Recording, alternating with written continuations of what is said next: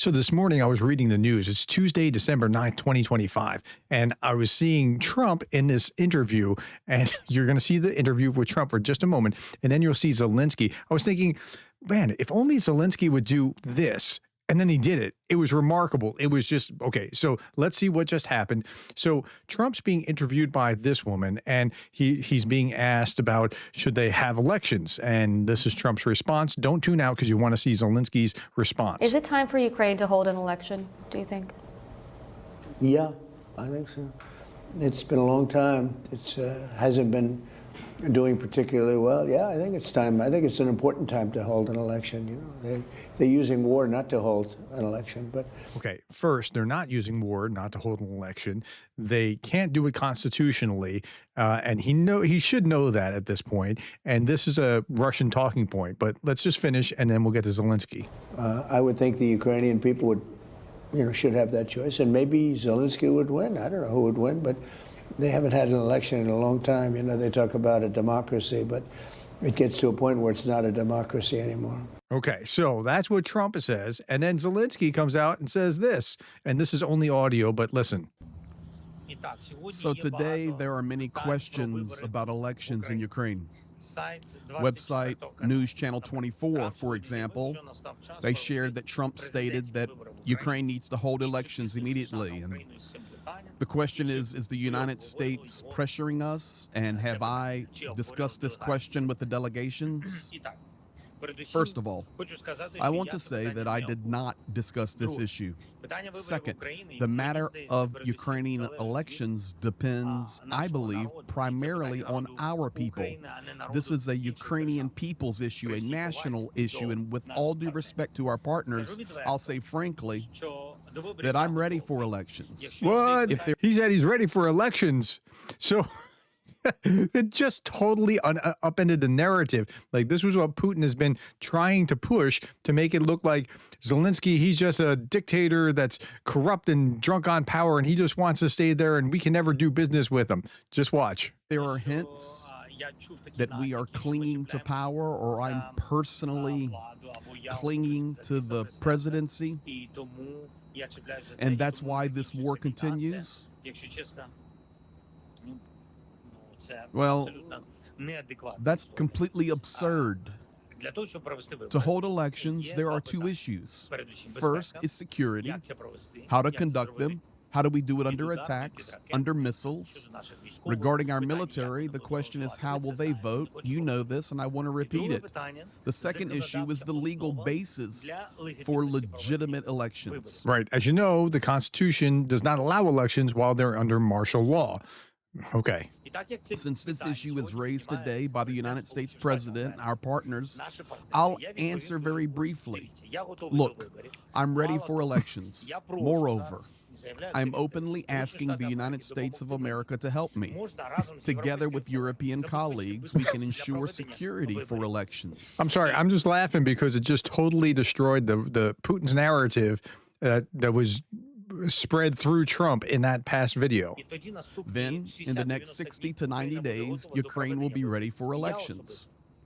I personally have the will and readiness. Further, since this is the case, I asked our faction's deputies, our parliamentarians, to prepare legislative proposals on changing the legal framework and the election laws during martial law. Prepare this for me. I'll be in Ukraine tomorrow. I'm expecting proposals from our partners, expecting proposals from our deputies, and I'm ready for elections. Okay, now let's assume that they actually do go to elections. It'll probably be healthy for the country if they can do these.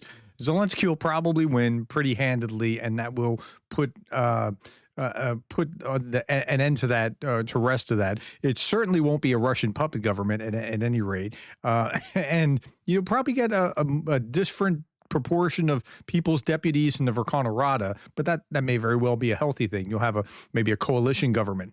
Okay, unbelievable. Witkoff, Kushner, they wanted Zelensky to agree to give up Donbass over the phone. According to Axios, American peace proposal became even worse for Ukraine after a 5-hour meeting between Donald Trump's advisors and Putin on December 2nd. A little bit more about that. Axios reports Trump envoys pushed Zelensky for immediate consent to cede Ukrainian territory to Russia during a December 6th call. After meeting Putin in Moscow, their peace proposal worsened, offering tougher terms on territorial concessions and control over the Zaporizhzhia nuclear power plant, while sidestepping any real security guarantees. If this isn't a clear example of the U.S. envoys that they're working for the Kremlin's interests, I don't know what is or what will ever be. Here's the actual article from Axios. Zelensky faces growing pressure from the U.S. to accept major territorial losses and other concessions in President Trump's peace plan. Two Ukrainian officials tell Axios why it matters. After weeks of intense diplomacy, the Ukrainians still think aspects of the current U.S. plan favor Moscow and that the U.S. is pushing Zelensky much harder than they're pushing Russian President Vladimir Putin. A U.S. official denied that, stressing that the U.S. also pressed Putin to soften his demands. Of course, he still continues to ask for maximalist objectives. Meanwhile, Zelensky is meeting a parade of Europe's most powerful leaders this week. They're offering reassurance that Ukraine doesn't need to give in to Putin or to Trump. Two issues: Russia's demand that Ukraine cede the entire Donbass, including parts of its forces just don't control, and Ukraine's request for strong security guarantees from the U.S. to prevent future Russian aggression. It felt like the U.S. was trying to sell us in different ways the Russian desire to take the whole of Donbass, and that Americans wanted Zelensky to accept all of it in a phone call, the Ukrainian official said. Trump claimed on Sunday that Zelensky's negotiators loved the U.S. plan, and he was a little bit disappointed to hear Zelensky hadn't read it. Trump also contended that Russia was fine with the U.S. plan, but Russian officials have made it clear that they have objections as well. There are two major things about territory which need to be discussed more: who controls what, who stays where, who withdraws, and if Ukraine withdraws from the contact line, how to make sure that Russia does the same and doesn't continue with the fighting. Friction point is still that Ukrainian officials claim that the U.S. seemed to expect Zelensky to simply agree over the phone. But the whole episode reflects a simmering distrust between Zelensky and Trump administration, despite the many hours their teams have spent negotiating. And of course, Emmanuel Macron yesterday said, "We have a lot of cards in our hands." Okay, Ukrainian officials said that they feel the U.S. is trying to peel Zelensky away from the European leaders so they can pressure him more effectively. Zelensky can't make such dramatic decisions without consulting his key allies in Europe, a Ukrainian official said. Okay, so that's where we are with the negotiations. Now, back to this interview and the journalist asking Trump about who's in the better position. Your team has been going back and forth between Putin and Zelensky with various drafts of a peace deal. Which country right now is in the stronger negotiating position? Well, there can be no question about it. It's Russia. It's a much bigger country. It's a war that should have never happened. Frankly, it wouldn't have. And he's going to go into the same if Joe Biden wasn't elected, that sort of thing. So, but yeah, you can tell his knee-jerk reaction is supporting Russia. And yeah. Okay, Zelensky rules out ceding land to Russia, refusing to bow to Putin or to Trump. Behind Washington's assurance, visiting UK official, Western allies privately scrambled to prevent Kyiv from being coerced into a deal widely seen as favorable to the Kremlin. So I think that's really the diplomatic lay of the land. Now, I thought this was interesting. This is Donald Trump Jr. talking about his perspective of things and about the negotiations and the Europeans. Listen to this. I don't think Ukraine is going to be abandoned, but I think for years, again, it was the same thing as the last answer, which is, well, we want to attack Russia. We want to do this. Well, when it comes to actually writing a check ourselves, no, the U.S. is going to do it. The American public doesn't have an appetite for that. Since the invasion of Ukraine, I heard major leaders, Mitch McConnell, the leader of the Senate in the United States, saying, it's the #1 issue for Republicans in the United States. And I say, that's weird. I speak to Republicans all over the country every day, probably far more than Mitch has ever spoken to, despite his 379-year career in politics. I did that on a weekly basis, and I surveyed people at every talk I did. It got to the point where it was probably well over 200,000 Americans that I spoke to directly. And I'd be in a room like this, and I'd ask, is Russia-Ukraine a top 3 issue for anyone in the room? Nothing. Okay, why nothing? Because he's speaking to a MAGA audience. MAGA doesn't see it that way. Old school conservatives like me are with Mitch McConnell on this, that this is a really important thing we need to address because it could go very wrong. So that's part of the friction within the party. Okay, Keir Starmer has said, now here's how the Europeans are looking at this. They got to figure out how to fund Ukraine very quickly because money's going to run out by about March. So Keir Starmer said that an agreement to unlock up to 100 billion pounds in frozen Russian assets for Ukraine could be reached within days. I don't know if that will or will not happen. I have my own opinions about how that should or shouldn't work, but this is the lifeline that they see out there. Otherwise, they have to start figuring out how to pony up themselves. And this is, I think, the wave of the future.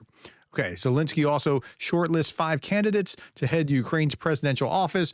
A number of names were floated after Yermak, and that included the current prime minister and then some others. So who are the others? Denis Shmyhal, Ukraine's defense minister, Fedorov, the digital transformation minister, Kistelista, the deputy foreign minister, Budanov, he's the military intelligence chief, deputy presidential office head, Pavlo Polisa. I don't know who's going to come at this point. The last thing that I heard from Zelensky was, we're just, we have other things we have to do other than look for the head. Everybody else has a place and a purpose, and they're just going to keep going. So I don't know. Maybe effectively Polisa, who is the deputy office head, is just going to kind of, be interim or something. But that's where they are. Okay. Representative Anna Paulina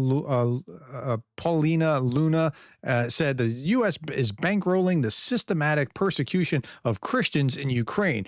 This is because they're not thinking through more deeply systematic persecution of Christians in Ukraine. By who? By the Ukrainian government. What Christians? The Ukrainian Orthodox Church, which is basically the Russian Orthodox Church in Ukraine. And this is because she and Tucker Carlson and others are only looking at the surface level of being banned. Should any church be carrying out spying activities? Well, the answer is probably no. And if that's the case, then that's the reason that these guys are banned, but they aren't looking past it. Activists scream human rights until Christians are the victims. Like she's turning it into a anti-Christian. If you want to see what Christians are being persecuted by whom, go and watch A Faith Under Siege. You can watch this on YouTube. It's been carried by Newsmax. Christianity Today talks about it. USA Today, Politico, CBN, that's a Christian broadcasting network, hosted this. That's Pat Robertson and that group. The Christian Post, Fox News, and Angel News Network, Baptist Press was talking about that. You can see all the major Christian organizations are like, yeah, you ought to see this. And it's Russians that are doing these kind of bad, awful things to Ukrainian Christians in occupied territory or in areas that they're bombing. Okay. Last little bit here, little shout out to Michael Cabrera, Cabrera. He's an undergraduate Patreon patron. Thank you, Michael, for your support. Here's how Syrians celebrated the anniversary of Assad's fall yesterday. Look at that. They came out in droves because Assad was a terrible autocratic dictator who was killing their people. And Syria's been pretty calm for the last year, hasn't it? All right, last little bit. I promise you this time, last little bit. Michael McKay wrote this. Trump's national security strategy sounds weird to Americans. It was badly translated from the original Russian. All right, my friends. Well, that's all that I have for this video. Thank you for your time. Thank you for the likes and the shares and the subscribes. And thank you for being the kind of person who cares about Ukraine.